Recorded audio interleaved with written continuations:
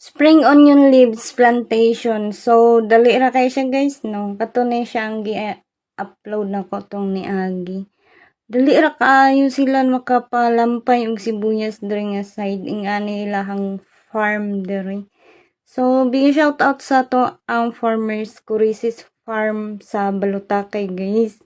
Pagkagwampas sa ilahang sibuyas, wa jud kay makita nga touch gani. So, lamang sila diri nga side kay naa sila'y tubig og duro pud sila dalan. So, ingani pud ang isa ka source nila sa ilahang daily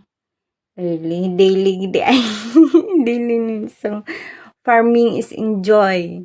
Basta naalan joy presyo. Hope pud unta nga pantay pud ang kuan sa mga buyer no ug ato ang mga retailer.